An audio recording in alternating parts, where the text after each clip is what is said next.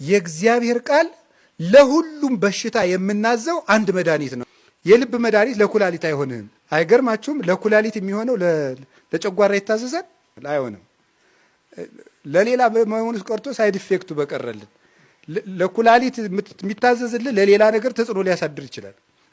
የእግዚአብሔር ቃል ግን መድኃኒቱ አንድ ነው፣ ለሁሉም በሽታ ይታዘዛል ይላል። ለምሳሌ አሁን የምናገረው ቃል አንድ ቃል ነው የምናገረው፣ አንድ ስብከት ነው የሰበኩት። እዚህ ውስጥ ግን ሁሉም ሰው እኔን ነው ብሎ ነው ቤቱን የሚሄድ። እኔ እኮ አይደለሁም እንደዚህ የማደርገው። ማን ነው እንደዚህ የሚያደርገው? እግዚአብሔር ነው። ሌብነት ያለበት ሰው ሁለተኛ አልሰርቅም ብሎ ነው የሚሄድ። ግን እኔ ግን ስለ ሌብነት ብቻ አላስተማርኩ። እሱ ግን የራሱን ይዞ ይሄዳል ማለት። ሰው ሁሉ ለየበሽታው ነው ፈውስ ይዞ የሚሄድ። ስንፍና ያለበት ሰው ሁለተኛ ይደግመኝ ብሎ ለስንፍናው ብቻ የተሰበከ መስሎት ነው የሚሄደው። ለምን ይመስላችኋል? የእግዚአብሔር ቃል አንድ መድኃኒት ነው፣ ግን ለሁሉ ይበቃል። ደስ እኮ ነው የሚለው። እውነቴን የምነግራችሁ። ለምሳሌ ሰው ልጅ አልወለድኩም ብሎ ቢክድ በምኑ ይታወቃል? ነገሩኝ እስቲ ሴቶች፣ በምኑ? በዲኤንኤው ይታወቃል አይደል? አልዋሽም፣ ጸጉሩ ጭምር እውነት እኮ ነው። የሰው ልጅ ጥፍሩ ጭምር እውነት ነው የሚመሰክረው፣ ውሸት የለበትም። እና ዲኤንኤ ታውቃላችሁ፣ ሴላችሁ ኒውክለስ ውስጥ ያለ ነገር ነው። ግን የሚገርመው ውስጡ ምን እንዳለ ታውቃላችሁ? 6 ቢሊየን ፊደሎች አሉበት። ስንት? እስቲ ድገሙት። በጣም ይገርማል። 1500 መጽሐፍ ቅዱስ ላይ የተጻፈ ቃል በሉት። እያንዳንዳችን ፊደላችንን እንጻፍ ቢባል ከ50 ዓመት በላይ ይፈጅብናል። ራሳችሁ ውስጥ እግዚአብሔር ያስቀመጠው ተራሳዎች አይደለም፣ በጣም የከበርነን እሱ አይደለም። የሚገርመው አንድ ፊደል ቢጎድል ሰው አካለ ስንኩል ሆኖ በዊልቸር ነው የሚሄደው። በደንብ ይታያል በመሳሪያ። ግን አንድ የሚያስደንቅ ነገር ውስጡ ታየ። ይህን ያዩት የእስራኤል ሳይንቲስቶች ናቸው። አሁን በጣም ብዙ ሚሊየን ደረጃ ማግኒፋይ የሚያደርግ ብዙ እንትኖች አሉ፣ መሳሪያዎች አሉ። የሉም ወይ? አሉ። ለምሳሌ እያንዳንዱ ተመራማሪ በራሱ የሆነ ምርምር የሚያጠናበት አለ። አሁን ለምሳሌ እኛ በአስትሮኖሚው ዘርፍ ለምሳሌ በስነ ፈለኩ ማለት ነው። የሰማችሁ ነው። ለምሳሌ አንድ ሰው ቀና ብሎ ቢመለከት ከዋክብትን ቢል እኔ አሁን እንደዚህ ላበራ እችላለሁ። አሁን ብርሃን ስላለ ነው እንጂ እዛ ድረስ ይሄ ላይት ሊያበራ ይችላል ማለት ነው። ምንድነው የሚያመለክተው? ማግኒፋይ ሲደረግ እዛ ውስጥ ምን ተገኘ መሰላችሁ? እግዚአብሔር ስራ ነው የምነግራችሁ። እጅግ ትደነቃላችሁ። እነሱም አድንቀው እጹብ ያሉበት ነው። 10 5 6 5 ይልና ይቆማል። መሰላል ነገር ነው የሚመስለው ቅርጹ። 10 5 6 5 10 5 6 5 እያለ ይሄዳል። በኋላ መቼም ብሉይ ኪዳን የተጻፈበት የዕብራይስጥ ቋንቋ ነው ይታወቃል። ይሄ ነገር አምላክ ለምንድን ነው ይሄን ቁጥር ያስቀመጠው ብለው 10ን 5ን 6ን 5ን ሲመረምሩ መዝሙር 118 ላይ ሄዱ። የሰማችሁ? የእግዚአብሔር 22 ስሞች አሉ፣ አሌፋት ይባላሉ። 10ኛው ዮድ ነው፣ 5ኛው ሄ ነው፣ 6ኛው ዋው ይባላል፣ 5ኛው ሄ ነው። ምን ማለት ነው? ያህዌህ እስቲ በሉ።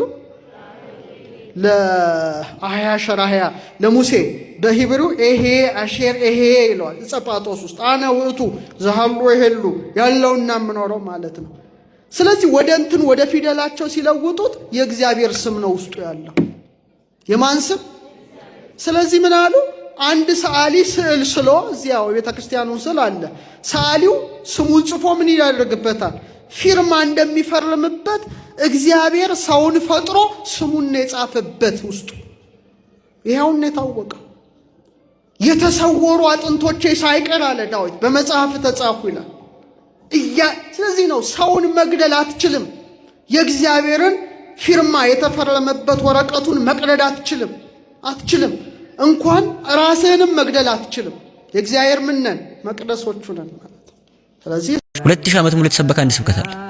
መንግስተ ሰማያት ቀርባለችና ንስሐ ግቡ የሚል ስም ግን መንግስተ ሰማያት አልመጣችም ዮሐንስ ተሳስተው ነው የሚል ጥያቄ ጠይቁ ሰዎች አሉ። ዮሐንስ መጥምቅ ሰበከ፣ ከዛ ጌታችን ሰበከ፣ ሐዋርያቱም መምህራን ሰበኩት ሁሉም አይደለ? ግን እስካሁን አልመጣችም መንግስተ ሰማያትና እንዴት ነው እስተት ነው ወይ ቀኑን ተሳስተው ነው ወይ የሚል ጥያቄ ይመጣል። አባቶቻችን መንግስተ ሰማያት ቀርባለች ማለት የሞታችሁ ቀን ቀርቧል ማለት ነው ብሎ ነው የተረጎሙት። ምክንያቱም ያንተ መንግስተ ሰማያት ዛሬ ነው። ዛሬ በህይወት እያለ ካልሰራ ከሞትክ በኋላ ወደ መንግስተ ሰማያት የሚያገባን ስራ ልትሰራ አትችልም። ዛሬ ላይ ካልሰራ በቃ ነገ ላይ መንግስተ ሰማያት አለኝ የሚል ተስፋ የለህም ማለት። መንግስተ ሰማያት ቀርባለችና ንስሐ ግቡ ማለት የሞት ቀን ቀርቧል ንስሐ ግባ ማለት ነው።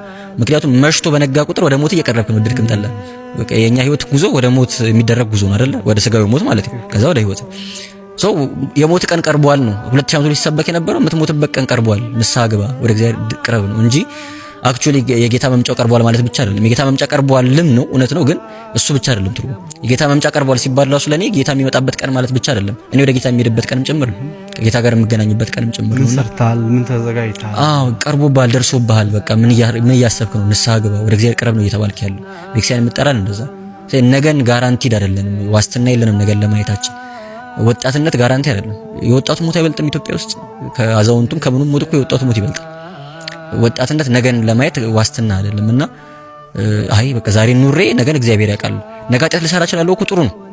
ዛሬ ልኑርና ነገ ደግሞ ለነገ እጨነቃለሁ። ነገ ኃጢአት እንዳልሰራ ነገ እጨነቃለሁ። ዛሬ ግን መዳን አለብኝ፣ ዛሬ ወደ ጌታ መቅረብ አለብኝ የሚል ሜንታሊቲ የግድ ያስፈልገናል።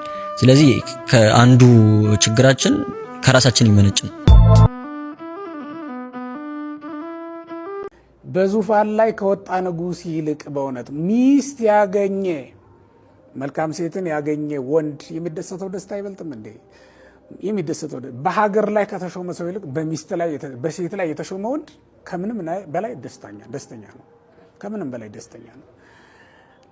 አጻይሃ ለኢትዮጵያ ለማለት አጼ እንላለን በቀደመው ዘመን፣ ምክንያቱም የሀገሪቱ እጮኛ ለማለት ነው እንደዛ የምንለውና ለሀገሪቱ ከታጨው ከንጉሱ ይልቅ ለክርስቶስ የታጨችው ቤተክርስቲያን በዚያ ቀን ተድላ ደስታዋ ልክትና መጠን የለውም። በእውነቱ ደስ ይላል። ሙሽራው መጣ ውጡ ተቀበሉ ሲባል የተኛው ሁሉ ነው የነቃው አይደል እንደምታስታውሱት። እና ሁሉም ይጠብቀው የነበረውን ይዞት የነበረውን ያስቀምጠውን የደበቀውን በማሰሮ ያለውን ዘይቱን እያቀጣጠለ መብራቱን እያበራ ወጣ አይደለም ይለው። የራሳቸውን መብራት እያበሩ ነው የወጡት ሁሉም ጻድቃን ሁሉ ከመቃብር ወጥተው የሚደሰቱበት። እውነት ለመናገር እነዚህ እያዘን የቀበርናችሁ ዛሬ ወደ መቃብር የሸኘናችሁ ቅዱሳን፣ እነዚህ ዛሬ መታሰቢያቸው የምናደርግላቸው ቅዱሳን፣ እነዚህ ዛሬ ጽላት የቀረጽንላቸው ቅዱሳን፣ እነዚያ ሁሉ ተሰብስበው ከመቃብር ወጥተው ነቅተው ክርስቶስን የሚቀበሉበት ያ ቀን ትልቁ የሰርግ ቀን ማለት ነው። የደስታ ቀን ስለሆነ እኮ ነው የሰርግ ቀን የምንለው እና የቤተ ክርስቲያን ተድላ ደስታዋ የሚፈጸምበት ቀን ነው ዛሬ። በዛቴ ዕለት ተፈጸመ ፍስሐ ለቤተ ክርስቲያን አለ ሊቁ በሃይማኖተ አበው። የቤተ ክርስቲያን ደስታ ፍጹም የሚሆንበት ቀን ነው። ቤተ ክርስቲያን በጥፊ የተመታች፣ በጅራፍ የተገረፈች፣ በሰይፍ የተመታች፣ በእስራት በወህኒ የተሰቃየች፣ ደሟን ያፈሰሰች፣ አጥንቷን የከሰከሰች፣ በሐዘን የኖረች ይቺ ቤተ ክርስቲያን ይችን ቀን ለማግኘት ነበር። ተመልከቱ። ይቺ ቀን ሁላችን የምንጠብቃት ቀን ናት። የሽልማት ቀን ናት። ወገኖች እየጠበቃችሁት ነው ክርስቶስን። ክርስቶስ ይመጣል፣ ዳግም እመጣለሁ ብሎ ነው አይሄደው እና በዚህ ቀን እንደሚመጣ ስለምናስብ ዛሬ ያለብንን መከራ ሁሉ እንደምንም ነገር የምንቆጥረው እኮ እንደሚመጣ እርግጠኞች ስለሆነ ሲመጣ የሚከፍለን ዋጋ በጣም ትልቅ እንደሆነ እናምናለና። ታስታውሳላችሁ ደጉ ሳምራዊን በሉቃስ ወንጌል ምዕራፍ 10 ቁጥር 17 ጀምሮ እንደምንመለከተው ደጉ ሳምራዊ አምጥቶ ያንን የታመመውን ሰው ይሄንን ሰው ያስታሙልኝ በመመለስበት ጊዜ ዋጋህን እከፍላለሁ ብሎ አይደል ሄደው። ተመልከቱት። ደጉ ሳምራዊ ይዞት የመጣው ይሄ ህሙሙ ሰውነታችን እሱ እኮ ነው በእውነቱ። ኃጢአት በየጊዜው የሚያደባያት ነፍሳችን በየጊዜው እሷን ስናሳክም አይደለም እንኖረው። ለምን? ዋጋችንን እሱ በሚመጣበት ጊዜ ይከፍለናል ብለን ስለምናምን። ደጉ ሳምራዊ ቃል ስለገባልን እኮ ነው።